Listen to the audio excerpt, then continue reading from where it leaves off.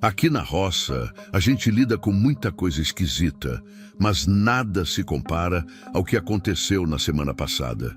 A gente tem uma criação de porcos pequena, nada muito grande, só para consumo próprio e para vender para os vizinhos quando aperta o orçamento. São uns 10 animais no total, bem cuidados, num chiqueiro que meu pai construiu perto do curral. Até então, nunca tinha dado problema nenhum.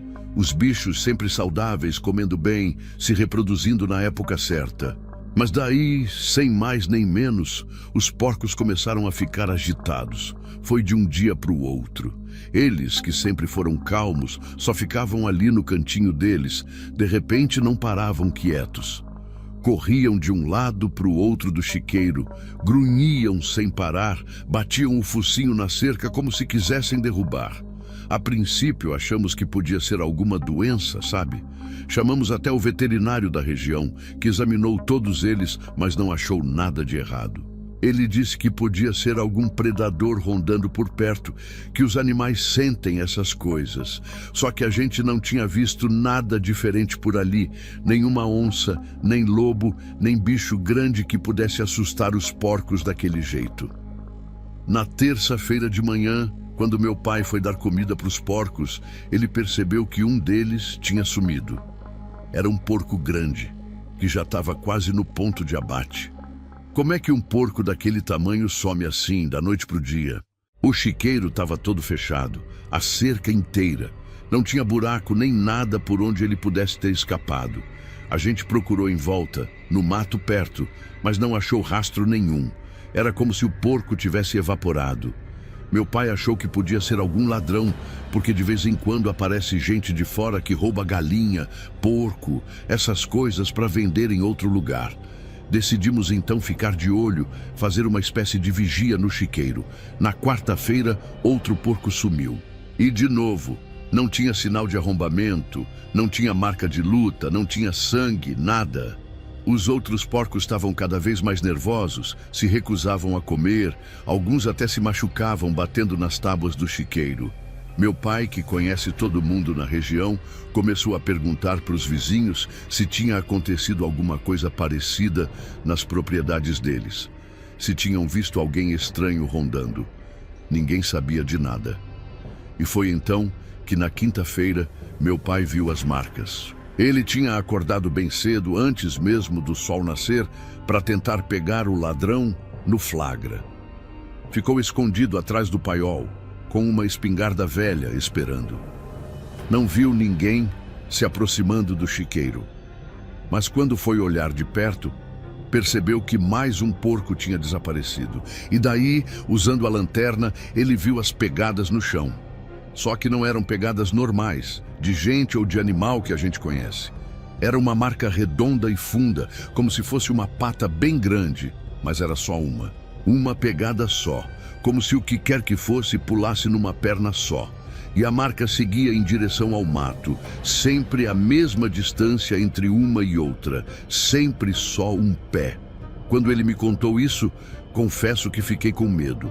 Não sou de acreditar em assombração nem nada, mas aquilo era muito estranho. Meu pai também estava assustado. Vi no olhar dele, mesmo ele tentando disfarçar.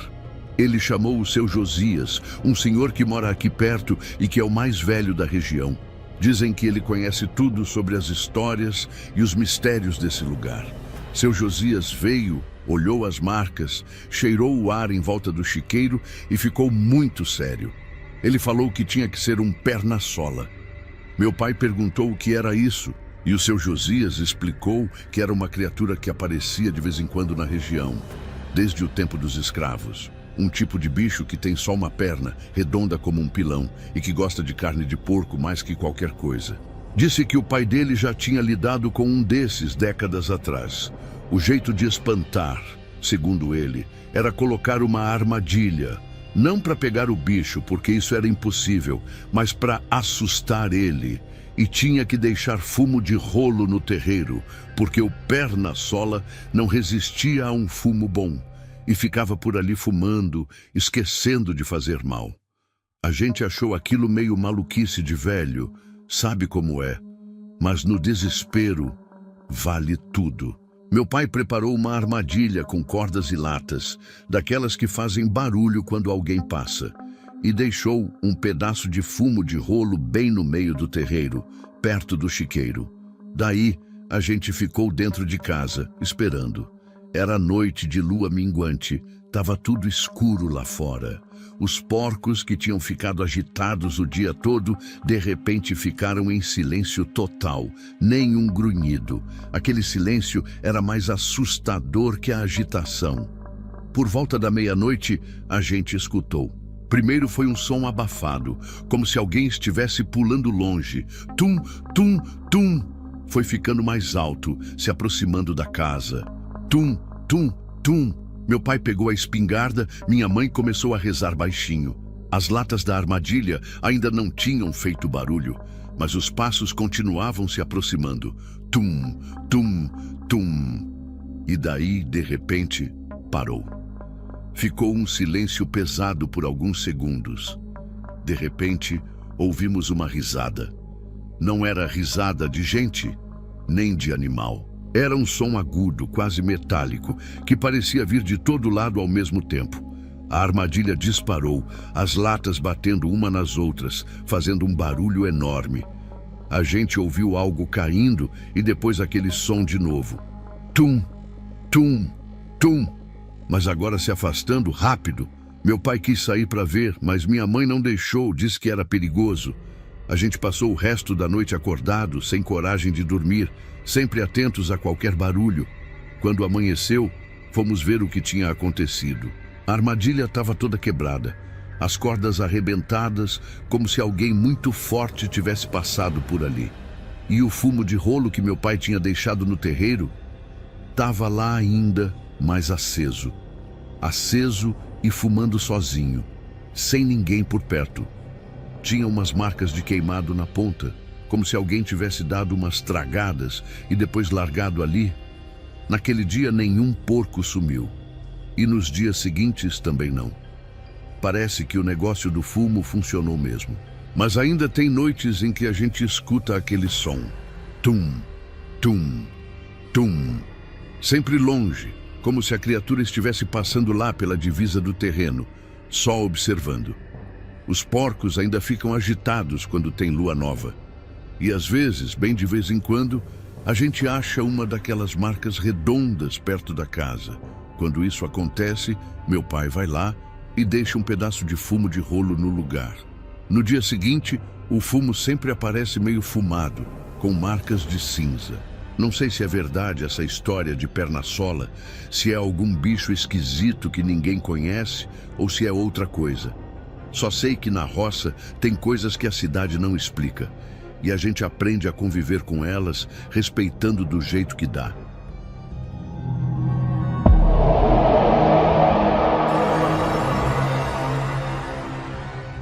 Na roça, a gente tem essas crenças, essas coisas que os antigos sempre falavam, sabe?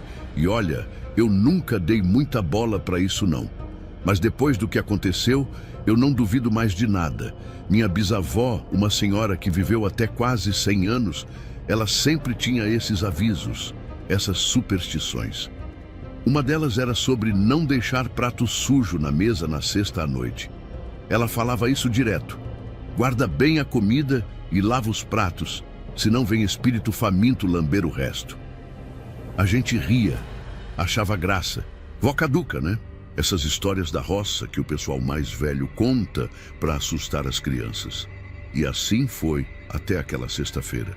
A gente mora numa casa simples no meio de uma chácara.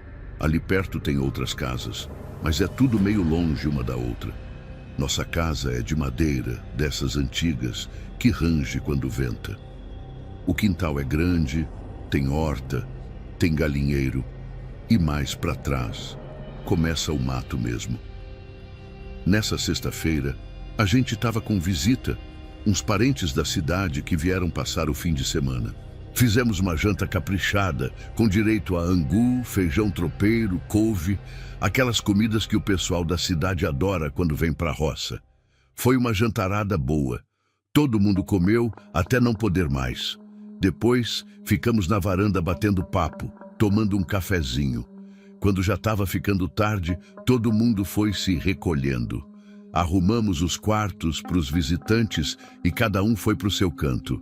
Eu estava tão cansado que só pensava em dormir. Minha mãe, que geralmente é quem cuida de arrumar a cozinha, não estava muito bem. Tinha pegado uma gripe forte. E daí, entre uma conversa e outra, a gente acabou esquecendo a cozinha do jeito que estava. A mesa ainda com os pratos sujos, e tinha uma panela grande de angu que sobrou ali no meio da mesa, destampada. Ninguém lembrou do aviso da bisavó, né? Essas coisas a gente vai esquecendo com o tempo. Acordei no meio da noite com um barulho na cozinha. No início, achei que era algum dos visitantes que tinha levantado para beber água ou algo assim. Fiquei deitado, tentando voltar a dormir. Mas daí o barulho continuou. Um barulho esquisito, meio arrastado. Parecia alguém mexendo nas panelas, mas de um jeito estranho. Não era barulho de gente. Era mais como como vou dizer, um arrastar, um raspar. E tinha outro som junto, um som molhado, como se alguém tivesse lambendo alguma coisa com muita força. Fiquei com medo, mas criei coragem e levantei. Peguei uma lanterna que sempre deixo do lado da cama e fui andando devagar pelo corredor. A casa estava toda escura, só iluminada um pouco pela luz da lua que entrava pelas janelas. Quando eu estava chegando perto da cozinha, ouvi um som que me gelou o sangue. Era uma respiração pesada, ofegante, tipo quando um cachorro está comendo muito rápido. Mas não era cachorro, eu sabia que não era. Nosso cachorro dorme do lado de fora, num cantinho que a gente fez para ele no alpendre, e ele late para qualquer coisa. Ele não estava latindo. Parei na porta da cozinha, com medo de entrar. Fiquei ali, parado no escuro, só ouvindo aquele som. Então, criei coragem e apontei a lanterna para dentro. Não vi nada, nenhum movimento. Mas o som continuava. Dei um passo para dentro e apontei a lanterna para a mesa. A panela de angu estava lá, mas tinha algo errado. Parecia que alguém estava mexendo nela, porque o angu estava todo revirado, mas não tinha ninguém ali. E pior, enquanto eu olhava, vi o angu se mexendo sozinho, como se algo invisível tivesse enfiando a mão ali dentro e puxando. Nessa hora, eu deixei a lanterna cair no chão. O barulho fez o som parar imediatamente. Ficou um silêncio total, pesado. Juntei a lanterna e iluminei a mesa de novo. A panela estava lá, o angu todo remexido, e na borda da panela tinha um negócio que parecia baba. Uma gosma transparente brilhando na luz da lanterna. E o pior não era isso. O interior da panela estava todo arranhado, como se alguém tivesse raspado com unhas, tentando tirar até o último pedacinho de comida.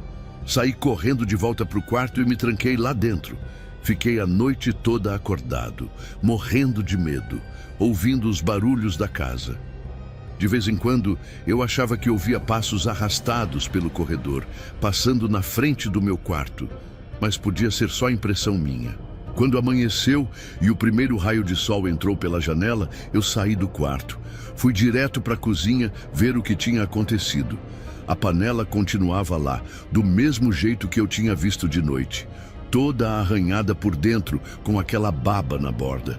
E tinha mais uma coisa que eu não tinha notado na escuridão. Marcas de dedos no tampo da mesa, mas não eram dedos normais. Eram compridos, finos, como garras. Todo mundo começou a acordar e descer para tomar café. O pessoal comentou da bagunça na cozinha, achando que a gente tinha esquecido de limpar antes de dormir. Eu não contei o que tinha visto. Quem ia acreditar? Mas minha mãe, quando viu a panela toda arranhada, ficou branca que nem papel. Ela lembrou do aviso da bisavó. Não falou nada na frente das visitas, mas me chamou num canto e perguntou se eu tinha ouvido alguma coisa de noite. Falei que sim, contei o que tinha visto. Ela só balançou a cabeça e disse que ia fazer uma limpeza na casa depois que as visitas fossem embora. Foi nessa hora que a gente notou que o Pedrinho, o filho mais novo do meu primo, não tinha descido ainda. Chamaram ele para o café, mas nada. Meu primo foi lá em cima ver o que estava acontecendo e voltou carregando o menino. Ele estava estranho, com o olhar vidrado e quente de febre. Não respondia quando chamavam, parecia estar em outro mundo. A mãe dele ficou desesperada, queriam levar ele para o hospital da cidade. Mas antes que pudessem se organizar para sair, o menino começou a falar. Não, não era bem falar. Era mais como se ele estivesse repetindo alguma coisa, sempre a mesma frase. Tava com fome, vó, tava com fome. Ele ficou assim o dia todo repetindo aquilo. A febre não baixava de jeito nenhum. Quando já estavam se preparando para levar ele para o hospital, ele de repente ficou lúcido de novo. Olhou para todo mundo, como se não soubesse o que tinha acontecido, e pediu água. A febre tinha sumido completamente. Quando perguntaram se ele lembrava do que tinha acontecido, ele só disse que tinha sonhado com uma velhinha que estava com muita fome. Ninguém falou nada, mas eu e minha mãe nos olhamos. Na parede da sala tem um retrato antigo da minha bisavó, aquela mesma que dava o aviso sobre os pratos sujos. O Pedrinho nunca tinha visto ela em vida. Depois desse dia, lá em casa, ninguém mais deixa nem um grão de arroz na mesa de noite, especialmente nas sextas-feiras, porque agora a gente sabe, tem coisas do outro mundo que sentem fome e elas vêm atrás do que a gente deixa para trás.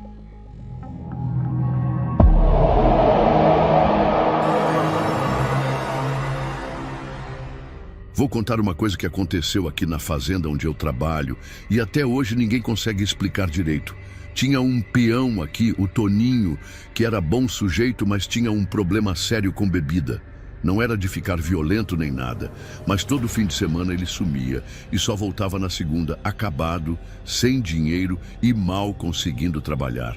O patrão até que tinha paciência com ele, porque quando estava são, trabalhava por 2. Mas daí o filho dele, um menino de uns 6 anos, ficou muito doente. Começou com uma febre que não passava de jeito nenhum.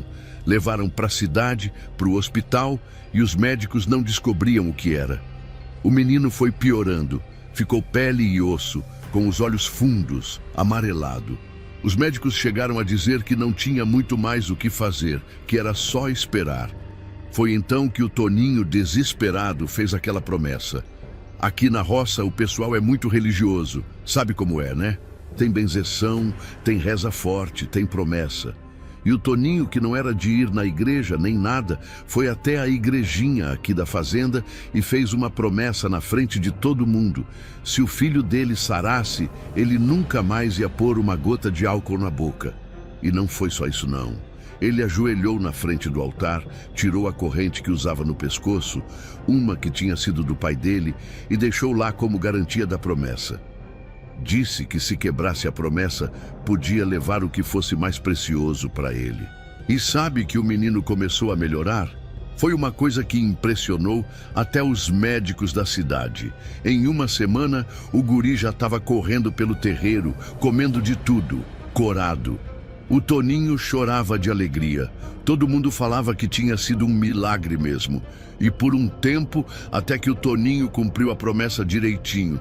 Estava trabalhando melhor que nunca, chegava cedo, saía tarde, não faltava um dia. Mas aí, sabe como é? Foi na festa junina da fazenda vizinha. Todo mundo estava lá, tinha música, tinha comida boa e tinha cachaça à vontade. No começo ele ficou só na Guaraná, mas daí os amigos começaram a insistir. Só um golinho, Toninho, não faz mal, aquela pressão toda. E ele acabou cedendo. Tomou um copo, depois outro, e quando viu, já estava igual ou pior que antes. Voltou para casa carregado, dormiu no barracão porque a mulher não deixou ele entrar em casa daquele jeito, com o menino já dormindo. No dia seguinte, o Toninho acordou diferente, quieto, olhando para o nada. Quando alguém perguntava alguma coisa, ele respondia com poucas palavras ou só balançava a cabeça. Durante o almoço, ele de repente falou: "Tô ouvindo vozes." Todo mundo achou que era ressaca ou remorso pela promessa quebrada. Mas ele insistiu, disse que desde que acordou, estava ouvindo vozes sussurrando no ouvido dele. Não conseguia entender direito o que diziam, mas falavam algo sobre troca justa e dívida a pagar. O patrão mandou ele tirar o resto do dia de folga, descansar, beber muita água. A mulher dele tentou fazer uma benzeção, mas ele estava agitado demais, não conseguia ficar parado. Isso foi numa quarta-feira. O Toninho passou o resto da semana cada vez mais estranho. Não dormia direito, vivia olhando por cima do ombro como se tivesse alguém atrás dele. Começou a dizer que as vozes agora falavam mais claro, que estavam dizendo que iam trocar, que tinham avisado, que promessa era coisa séria. A gente achava que ele estava ficando meio lelé da cabeça, sabe? Que era culpa ou medo de algum castigo divino. Mas ninguém imaginava o que ia acontecer mesmo. Naquele fim de semana, tinha lua cheia. Eu lembro porque a noite estava clara que nem dia. Dava para ver tudo no terreiro sem precisar de lampião. Eram umas 9 horas da noite quando a gente escutou o grito. Um grito de mulher desesperado. Todo mundo correu para a casa do Toninho. A mulher dele estava na porta, em prantos, dizendo que o menino tinha sumido. Ele estava dormindo na caminha dele, ela foi botar uma água para ferver para fazer um chá. E quando voltou, a cama estava vazia. Não tinha sinal de arrombamento, as janelas todas fechadas, a porta da frente também. Como uma criança ia sair dali sem ninguém ver nem ouvir? Organizamos grupos de busca. Uns foram para o mato, outros para a beira do rio, outros foram avisar na fazenda vizinha, ver se o menino não tinha ido para lá por algum motivo. O Toninho estava transtornado, gritando o nome do filho, correndo de um lado para o outro. Eu fiquei com o grupo que ia revistar os barracões, os galpões, esses lugares onde uma criança poderia se esconder ou ficar presa. Quando a gente estava perto do paiol velho, escutamos uma coisa esquisita. Era uma cantiga de ninar, mas não era voz de mulher nem de criança. Era a voz do Toninho. A gente entrou no paiol com as lanternas apontadas. O Toninho estava lá, sentado num canto, abraçado com alguma coisa. Quando chegamos mais perto, vimos que ele estava sozinho abraçando o ar e cantando aquela cantiga. Um dos peões perguntou: "Toninho, cadê o menino?" E ele olhou para a gente com um olhar vazio, como se não reconhecesse ninguém, e disse: "Que menino? Eu não tenho filho nenhum." E continuou a cantar, ninando o ar. Todo mundo ficou gelado. Isso foi há 1 mês. O menino nunca apareceu. Procuraram em todo canto, até chamaram polícia da cidade, fizeram buscas com cachorros, tudo. Nem sinal. O Toninho foi internado num hospital da capital. Dizem que ele enlouqueceu de vez. Mas o mais esquisito foi o que aconteceu na igrejinha. No dia seguinte ao desaparecimento do menino, o patrão foi lá rezar, pedir ajuda divina para encontrar a criança. E na frente do altar, bem onde o Toninho tinha deixado a corrente como garantia da promessa, tinha uma pequena poça de cachaça derramada. E ao lado, uma sandaliazinha de criança, a mesma que o menino usava quando desapareceu. Ninguém nunca soube explicar como aquilo foi parar lá, já que a igreja tinha ficado trancada a noite toda. Desde então, o pessoal daqui não faz mais promessa à toa. E quem faz, cumpre. Porque, como dizia minha avó, reza forte não segura promessa quebrada.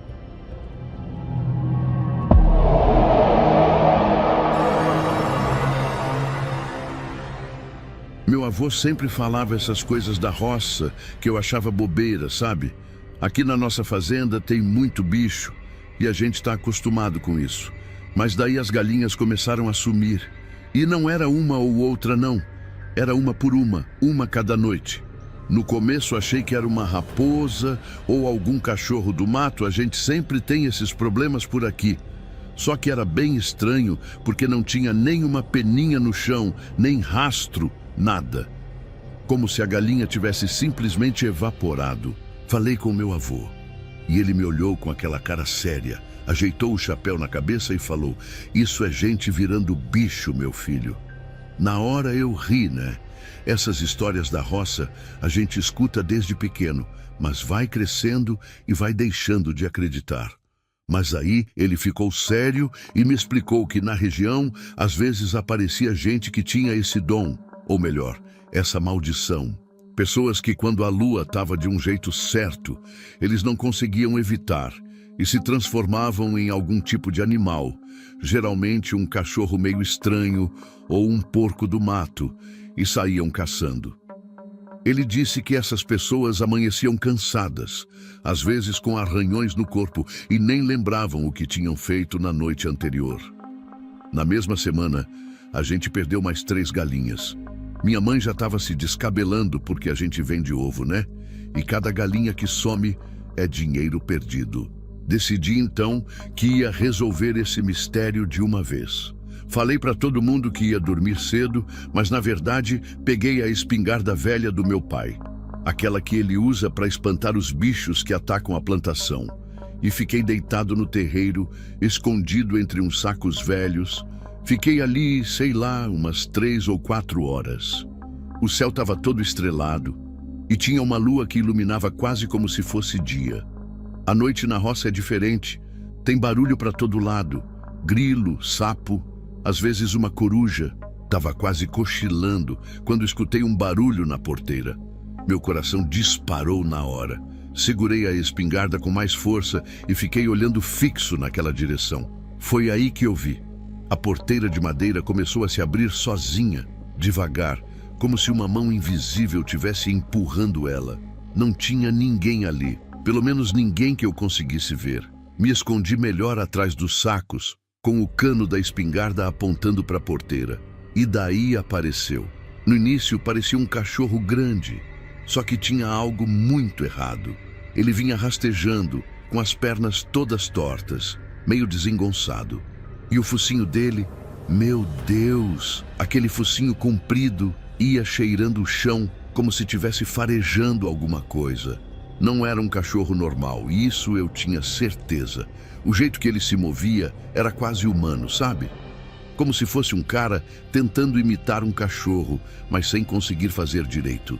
Ele foi direto para o galinheiro, sem hesitar, como se soubesse exatamente onde estava indo. Quando a criatura chegou perto do galinheiro, eu não aguentei. Apontei a espingarda e atirei.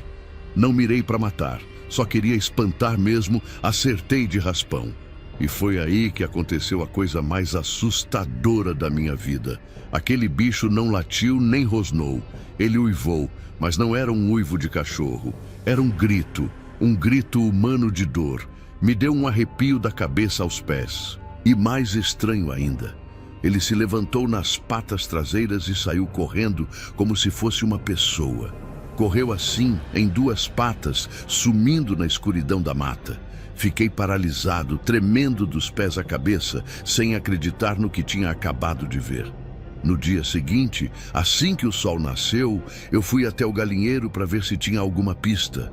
As galinhas todas estavam agitadas, cacarejando sem parar. No chão, perto da entrada do galinheiro, tinha gotas de sangue. Segui aquele rastro de sangue até a cerca e perto de um buraco que tinha ali, encontrei uma coisa que me deixou de cabelo em pé. Uma unha. Uma unha humana, arrancada, suja de terra e de sangue. Guardei aquilo num saquinho plástico e não falei nada para ninguém. Meu avô me perguntou se eu tinha visto alguma coisa, mas eu disse que não, que tinha dormido a noite toda. Algo me dizia que era melhor ficar quieto. 2 dias depois, estava todo mundo tomando café da manhã quando chegou o Zé, um vizinho nosso que mora na propriedade do lado. Ele estava com o braço todo enfaixado. E quando minha mãe perguntou o que tinha acontecido, ele disse que tinha caído da escada enquanto arrumava o telhado. Mas eu percebi que ele não conseguia olhar nos olhos de ninguém enquanto falava isso. E mais estranho ainda, ele ficava olhando para o galinheiro com um jeito esquisito, nervoso. Foi aí que eu reparei. A mão enfaixada dele era exatamente a mesma onde eu tinha achado a unha. Depois desse dia, eu nunca mais dormi de janela aberta, mesmo no calor. E sempre que o Zé aparecia lá em casa, eu dava um jeito de estar perto da minha mãe ou do meu pai. As galinhas pararam de sumir, mas até hoje, quando a lua fica cheia, eu escuto um uivo estranho vindo da direção da casa do Zé. Não é cachorro, nem lobo, nem nada que eu conheça. É um som que não é nem de bicho, nem de gente. É algo no meio do caminho.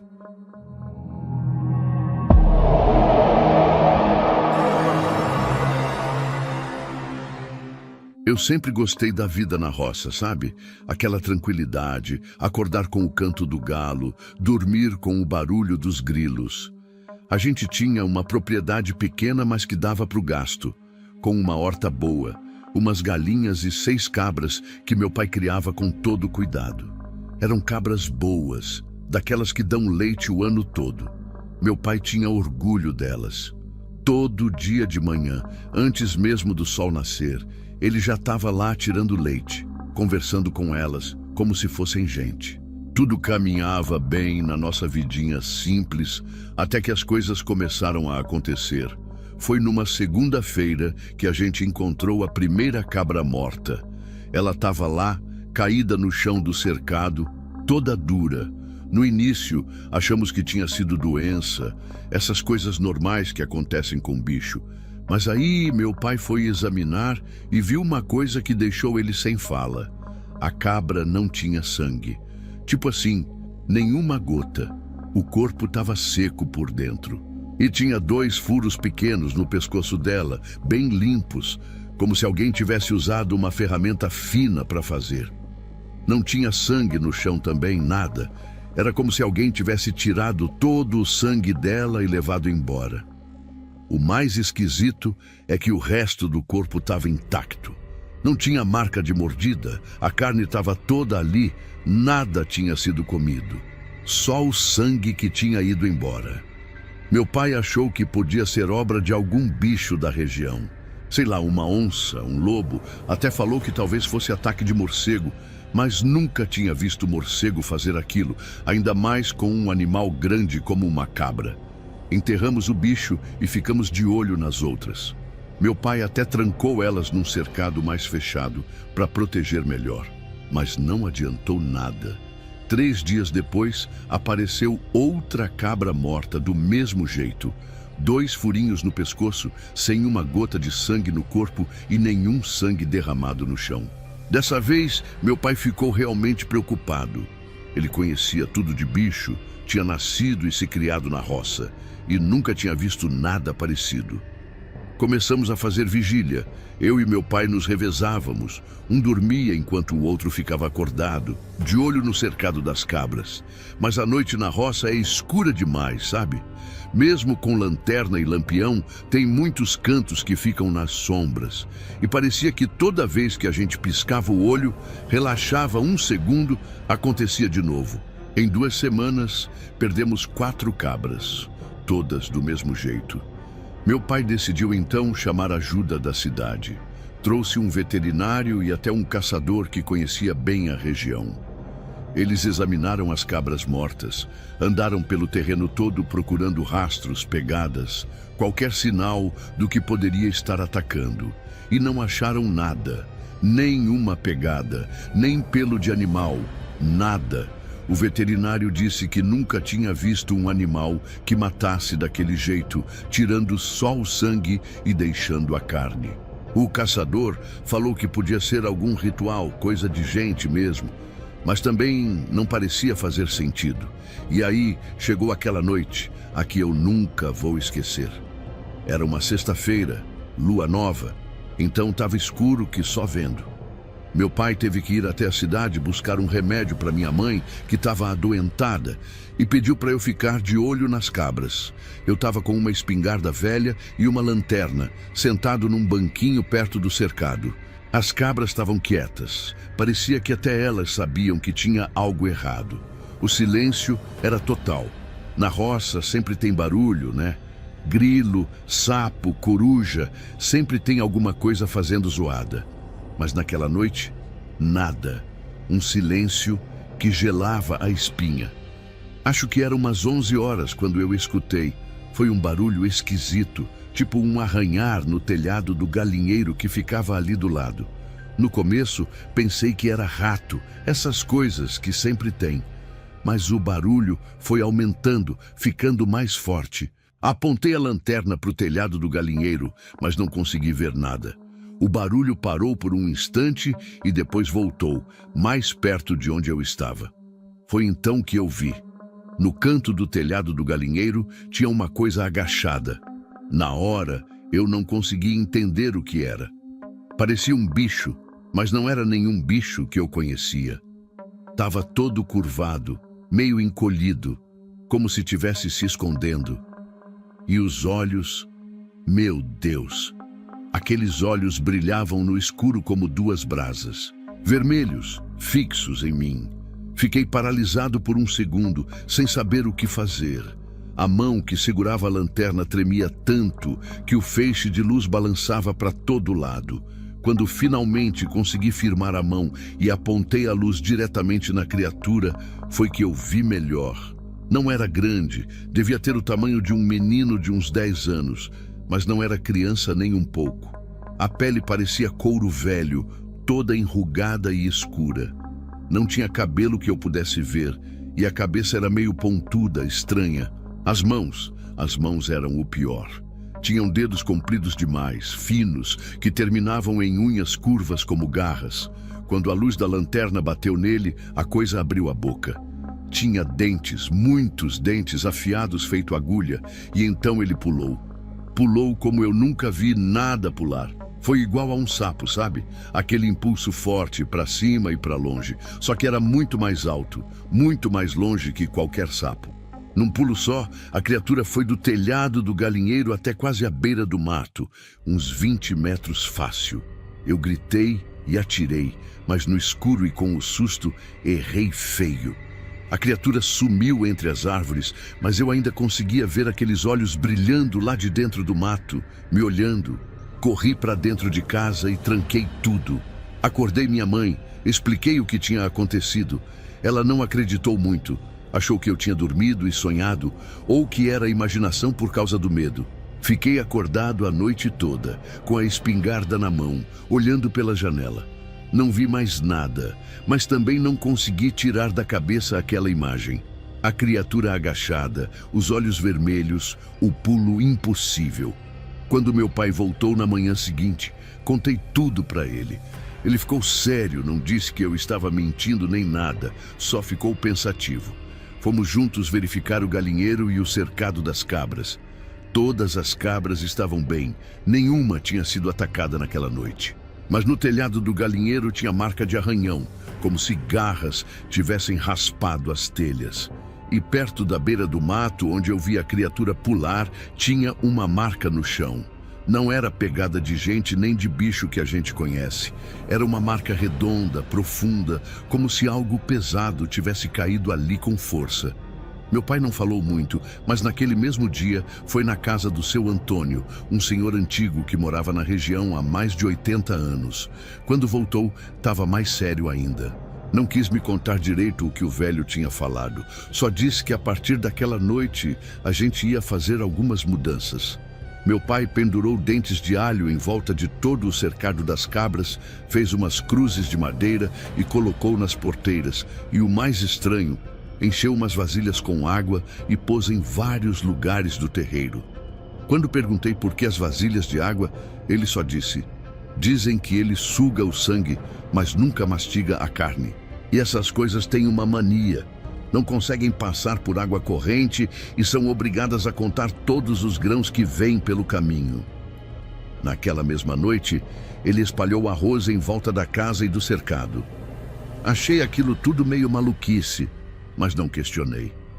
Depois do que eu tinha visto, estava disposto a tentar qualquer coisa. E olha, por mais estranho que pareça, funcionou. Nas semanas seguintes, nenhuma cabra apareceu morta. Às vezes, de madrugada, a gente ouvia arranhões no telhado, ouvia aqueles olhos brilhando de longe na beira do mato. Mas a criatura não se aproximava mais do cercado nem da casa. Parecia que as proteções do meu pai estavam mantendo ela afastada. Nunca descobrimos o que era aquilo. Meu pai não gostava de falar no assunto e, com o tempo, as aparições foram ficando mais raras até pararem de vez. A vida voltou ao normal. mas eu nunca mais dormi com a janela aberta. E até hoje, quando vou na roça e a noite está especialmente escura e silenciosa, eu sinto um arrepio na espinha e lembro daqueles olhos vermelhos me encarando do telhado do galinheiro e daquele pulo impossível que nenhum animal que eu conheço seria capaz de dar.